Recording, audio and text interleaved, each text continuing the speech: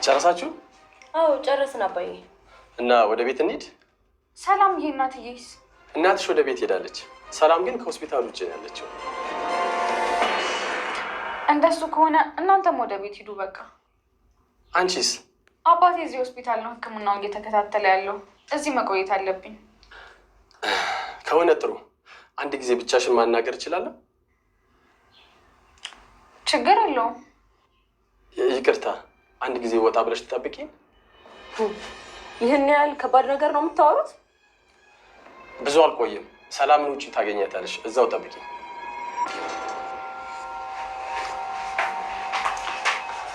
ምን ነው ጋሼ? አባትሽ እዚህ ከሆኑ ማየት እችላለሁ? ለምን? አባትሽን በጣም እንደምትወጃቸው ሰላምና ምናሴ ነግረውኛል። እና እዚህ ሆስፒታል ከሆኑ ብተዋወቃቸው በጣም ደስ ይለኛል። አይ ጋሼ አይሆንም። ለምን? ይኸውልዎት ጋሼ፣ አባዬ ቤተሰቤ እንዳገኛቸውና ምርመራ እያደረግኩኝ እንደሆነ አያውቅም። ማን ብዬ ነው ማስተዋወቃቸው? እንዴት ያውቁ? ልጃቸው አለመሆንሽን አልነገርሻቸው? በደንብ ነግሮኛል። ግን ይህን ነገር ካወቀ ትቼው መሄድ መስሎት ይሞትብኛል። እንዴት ነው የሚሞቱት? ይሄ እኮ በጣም ቀላል ነገር ነው። ለአንተ ቀላል ነገር ሊሆን ይችላል፣ ለእሱ ግን ቀላል አይደለም። እንዴት እንዳሳደገኝ የምናውቀው እኔ እሱና ፈጣሪ ብቻ ነን። አይደለም ቤተሰቦችን ማግኘት የቤት ሰራተኛ እንደሆንኩኝ እንኳን አያውቅም። ይህ ማለት ደግሞ ምን ማለት ነው ሀና? ይህን ደግሞ እንዴት ነው የማያውቁት? አባዬን የሚያውቁት የቀረቡት ብቻ ናቸው።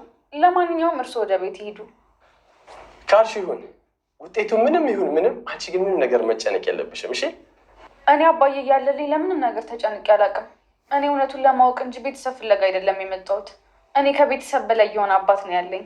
ቻው ጋሼ።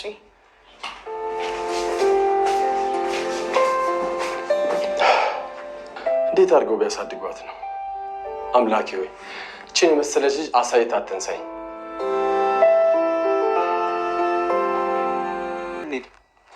ክፍለ ሀገር አጎቴን ለመጠየቅ አስቤያለሁ።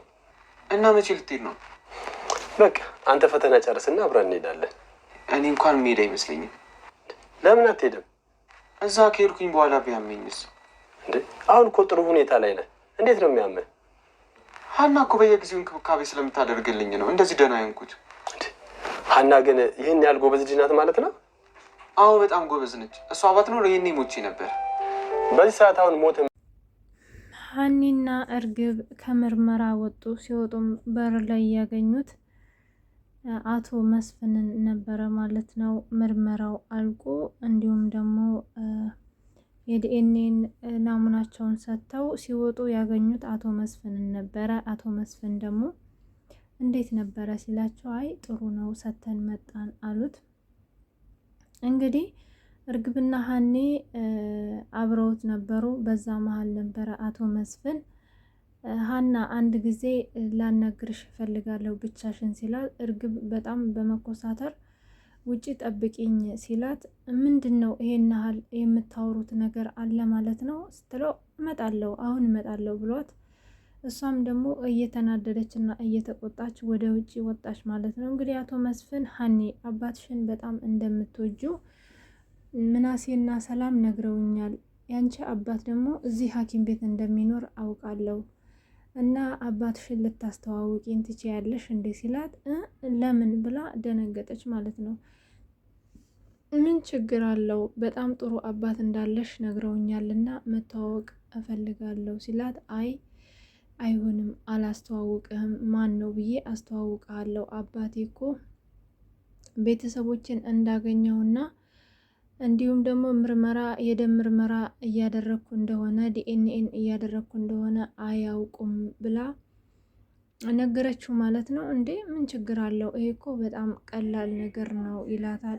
ይሄንን ነገር ካወቀ አባቴ ይሞትብኛል፣ እንዲሁም ደግሞ ደንግጦ ስለሚሞትብኝ ይሄን ነገር አላደርግም ብላ ነገረች ማለት ነው ሀንዬ። አቶ መስፍንም ማለት ልጃቸው እንዳልሆንሽ አያውቁም እንዴ አልነገርሻቸውም እንዴ ብሎ ይነግራታል። ያውቃሉ እንጂ በሱ ነው የነገረኝ፣ በደንብ ያውቃል ልጁ እንዳልሆንኩኝ፣ ግን ይሄን ነገር አሁን መናገር አልችልም፣ አባቴንም አላስተዋውቅህም፣ አንተ ወደ ቤት ሂድ፣ እኔ ግን አባቴ ጋር ነው መቆየት የምፈልገው ትለዋለች። እንግዲህ አቶ መስፍንም ወደ ቤቱ ሄደ ማለት ነው። ሲሄድ እቤት ያገኘው ምናሴን ነበረ። ምናሴ ያው እንዳያችሁት እያነበበ ነበር። እያነበበ አግኝቶት ምናሴን እንዴት ነህ ምናሴ፣ እንዴት እያደረገህ ነው ይለዋል። ይሄው እያነበብኩ ነው፣ እያየኸኝ አይደለ? ኧረ ተው አንተ ልጅ ግን ከወረቀት ጋር ምን ይሻልሃል ይለዋል። አይ ፋይናል ስለደረሰ ነው በዚህ ሳምንት እጨርሳለሁ አለው። በቃ በዚህ ሳምንት ከጨረስክ ገጠር አጎቴ ጋር እንሄዳለን ይለዋል።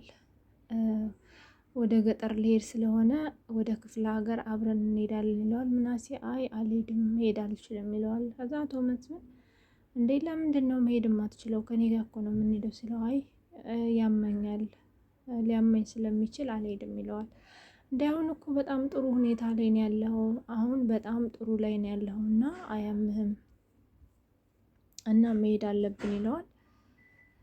አይ አሁን እኮ ጥሩ ሁኔታ ላይ ያለሁት ሀኒ እያከመችኝ ስለሆነ ነው፣ ሀኒ ሁሌም እየተንከባከበችኝ ስለሆነ የእሷ እርዳታ ስላለበት ነው እኔ ሰላም የሆንኩት እንጂ ሀኒ ከኛ ጋር ባትኖር እኮ እኔ ይሄኔ ሞቼ ነበር ይለዋል።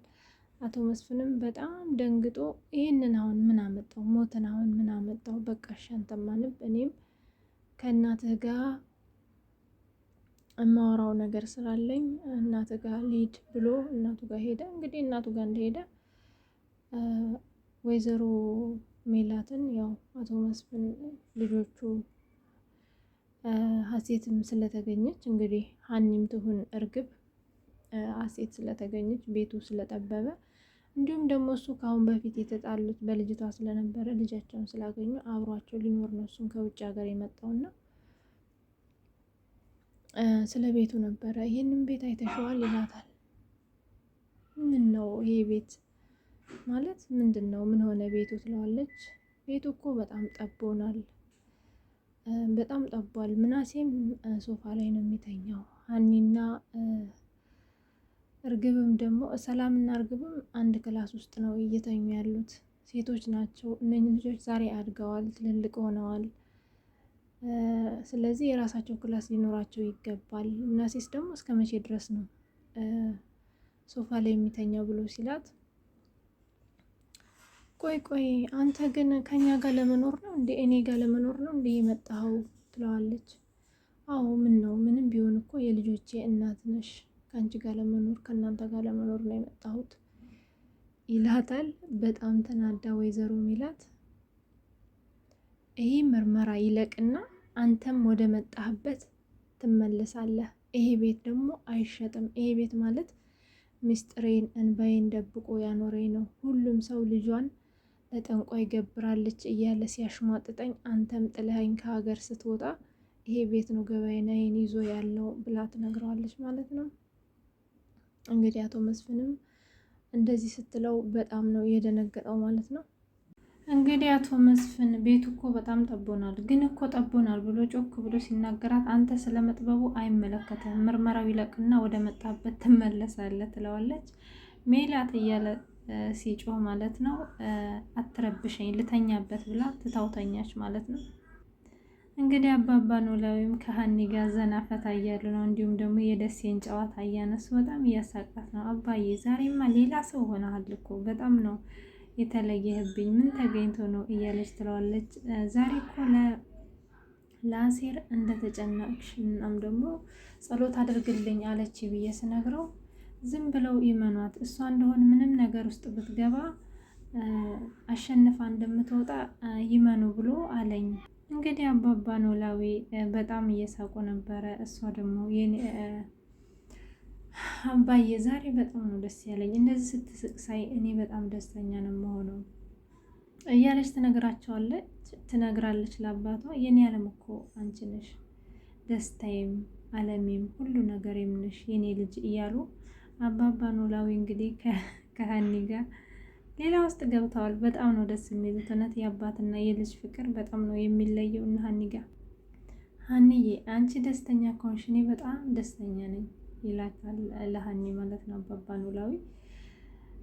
ሀኒም አባዬ ግን አንተ አባቴ ባትሆን ምን ይውጠኝ ነበረ? ምን እሆናለሁ? ምን እሆን ነበረ? እያለች ትላለች ማለት ነው። ሀኒዬ ቀን እንደዛ ተጨንቀሽ ሳይሽ ጨለማው ነው የተደፋብኝ። ግን በጣም የገረመኝ አሴር ነው። ለአሴር እንደተጨነቅሽ ስነግረው ዝም ብለው ይመኗት፣ የማታሸንፈው ነገር የለም አሉኝ። በጣም ነው የገረመኝ። አሴርም ስላንቺ በደንብ አውቋል የኔ ጠንካራ ልጅ እያሉ እንግዲህ እያሳቋት እና እያስደሰቷት ይገኛል። እሷም ወሬኛ በለው እሱ ደግሞ ምን አውቆ ነው ትላለች። እውነቱን ነው እንጂ አሴር እኮ በደንብ ነው ያወቀሽ የኔ ጠንካራ ልጅ፣ አንቺ እኮ የኔ ልጅ ባትሆኝ ምን ሆን ነበር እያሉ አባባ ኖላዊ በፍቅር እንግዲህ የአባትነት ፍቅራቸውን እየሰጧት ይገኛሉ። ሀኒዬም እንግዲህ እሱን ተውና አባ ጠንከር ያለ ሕክምና ማድረግ ይኖርብሃል ብላ ትነግራቸዋለች ማለት ነው። እንዴ ሀኒዬ ከዚህ በላይ ምን አይነት ሕክምና ልጀምር ነው ደግሞ ይላሉ። አዎ አባ ለትንሽ ቀናት እዚሁ ነው መቆየት ያለብህ፣ መውጣት የለብህም እና ለትንሽ ቀናት እዚህ ትቆያለህ ብለውኛል ብላ ትነግራቸዋለች ማለት ነው። ይሁን እንግዲህ ለእኔው አይደለ ይሄ ሁሉ ልፋት ይሁን ይላሉ አባባ ኖላዊ። እንግዲህ ሀኒዬም አባ ዛሬ በጣም ደክሞኛል፣ ስለዚህ ማረፍ ይኖርብኛል ብላ ስትላቸው ነይ እስቲ ሀኒዬ ነይ እስቲ አንቺ እዚህ ጋ ተኝ ይሏታል። አንተስ አባ አንተ የልተኛ ነው እኔ እዚህ ጋ የምተኛው? እኔ እዛች ኩርሲዋ ላይ ቁጭ እላለሁ፣ አንቺ ነይ እዚህ ጋ ተኝ ብለው ይሏታል ማለት። ሀኒዬም እንግዲህ አባባ ኖላዊ ቁጭ እንዳሉ ወንበሯ ላይ ቁጭ ብላ እግራቸው ላይ ድፍት ብላ ተሳዝናለች በጣም እና እሳቸውም ራሷን እያሻሹ እንግዲህ እንቅልፍ ይዟታል ማለት ነው። እስራቸው እንግዲህ አስባችሁታል። ሐኪም ቤት ውስጥ ወንበር ላይ ቁጭ ብላ ነው የምታድረው እና አሁን ሀኒ ምንም አይነት ቤተሰብ ብታገኝ አባባ ኖላዊን እንዴትም አድርጋ ትታ መሄድ አትችልም ማለት ነው። ምክንያቱም በቃ እንዳለችው እኔ 1,000 የሚሆን አባት አለኝ። እኔ እናንተን ቤተሰብነታችሁን ሆነ ገንዘብን ፈልጌ አይደለም ከእናንተ ጋር የደም ምርመራ ማደርገው ብላ መልሳ ነበረ ለአቶ መስፍን። እንግዲህ እርግብ ምናሴ ክፍል ሄዳ ምናሴም አጋጣሚ ቁጭ ብሎ ነበር እና እንዲህ ወንድሜ ምነው አልተኛልክም እንዴ እስካሁን ምን እየሰራ ነው ትለዋለች። እባክሽን እንቅልፍ እምቢ አለኝ ይላታል። አንቺስ እንዴት እስካሁን ሳትተኝ? እኔም ባካ አጋጣሚ እንቅልፍ አልያዘኝም ትላለች እርግብ። ምን ነው ሰላም ረበሸች እንዴ ይላታል። አይ እንዴ ለምን ትረብሸኛለች ሰላም? አይ ሰላምዬ እኮ ስተኛ አገር አይበቃትም ምናልባት ረብሻሽ እንደው ብዬ ነው ይላታል። አረ በስነ ስርዓት ነው ሰላም የተኛችው፣ አንተ ግን ምን ሆነህ ነው ትለዋለች። እና ምን ሆነሽ ነው ያልተኛሽው? የምርመራው ውጤት አስጨነቀሽ እንዴ ይላታል። እንዴ ምን ሆኜ እጨነቃለሁኝ ትለዋለች። አይ ምናልባት ውጤቱ ባልጠበቅሽው መንገድ ይሆናል ብለሽ አስበሽ እንደሆነ የተጨነቅሽው ብዬ ነው አላት ምናሴ። ኧረ አልፈራም፣ ምን እኔ እንደ ሀና የዋሸሁት ነገር የለም ለምን እፈራለሁ ይላታል። እንዴ ሀና ዋሽታለች እንዴ ይላታል ምናሴ። እንግዲህ ወይ እኔ ወይ ሀና ዋሽተናል መሰለኝ፣ ምክንያቱም እናንተ 2 እህት አልጠፋችባችሁም ማለት ወይንም ደግሞ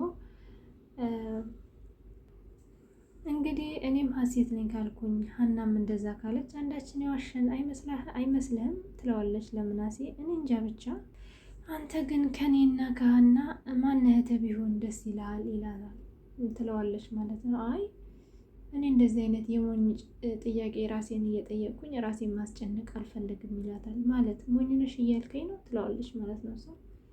አይ እንደዛ ማለት ሳይሆን ምርመራው በቅርብ ስለሚመጣ እሱን ማየት ይሻለኛል እንጂ በማይሆን ነገር ራሴን ማስጨነቅ አልፈልግም ብሏታል ማለት ነው።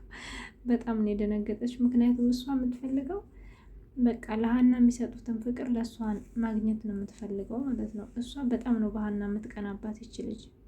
አንተ ግን እኔን ነው ሀናን ነው የምትመርጠው ትለዋለች። አላርግብ በፈጠረሽ አታስጨንቅኝ ይላታል። ማለት ምን ያስጨንቃል? ቀላል ጥያቄ እኮ ነው። ይህኔ ሀና ጠይቃ ቢሆን ኑሮ በስነ ስርዓት ትመልስላት ነበረ፣ ሀናን ነበረ የምትለው ትለዋለች። እንግዲህ እርግብም እንደዛ ብላ በጣም ተናዳ ተምናሴ ክላስ ወጣች። ምናሴም በቃ ተናዶ ተኛ ማለት ነው። ሀኒም በጠዋት ተነስታ ወደ ስራ ልትገባ ነበረ። አባቷን አባዬ ደህና ዋልልኝ እንግዲህ ነገ በጊዜ እመጣለሁ ስትለው አንቺ በጊዜ እመጣለሁ እያልሽ እዛው ቅርት ነው የምትይው፣ በጣም ነው አምሽተሽ የምትመጪው ትቆያለሽ ይላታል። ምን ላድርግ ስራው እኮ ነው ብላ እያለች እያወራችሁ እያለ ዶክተሩ መጣ ማለት ነው። ዶክተሩ እንግዲህ ሀኒ ትንሽ ላናግርሽ እፈልጋለሁ ይላታል።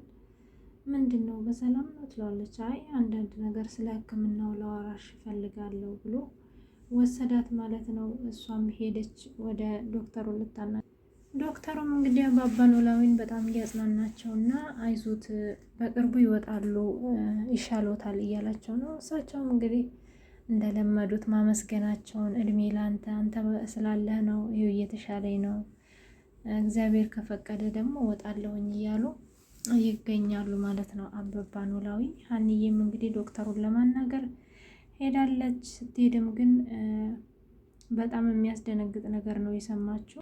እንግዲህ ዶክተሩ ሀኒዬ የከፈለችው ብር እንደማይበቃ 200 ሺህ ብር ሳይሆን 200 ሺህ ብር አስይዛ ነበረ። እንዲሁም ወይዘሮ ሜላት በድርጅቱ አማካኝነት እንዲታከሙ ነበረ የተደረገው ሙሉ ክፍያውን ከፍላ። እነሱ ግን በጣም ክፍያው ሀይ እንደሆነ ከ600 ሺህ ብር በላይ እንደሚያስፈልግ ነግረዋት፣ እንዲሁም በጣም ደንግጣ ትዬ ወይኔ ትዬ በቃ ትናደዳለች፣ በቃ ትዬ ጨለለች እያለች ነበረ ከዶክተሩ ጋር እያወራች ነበር። አንዴ እንግዲህ ሀኒዬም በጣም እየደነገጠች እና እየዘነች ወደ ስራዋ ሄዳለች ማለት ነው። በቀጣይ ደግሞ ምን እንደሚፈጠር አናቅም። ምርመራውንም ዲኤንኤንም አብረን የምናይ ይሆናል። ቤተሰብ ላይክ፣ ሼር፣ ሰብስክራይብ አድርጉ። ስለተከታተላችሁኝ አመሰግናለሁ።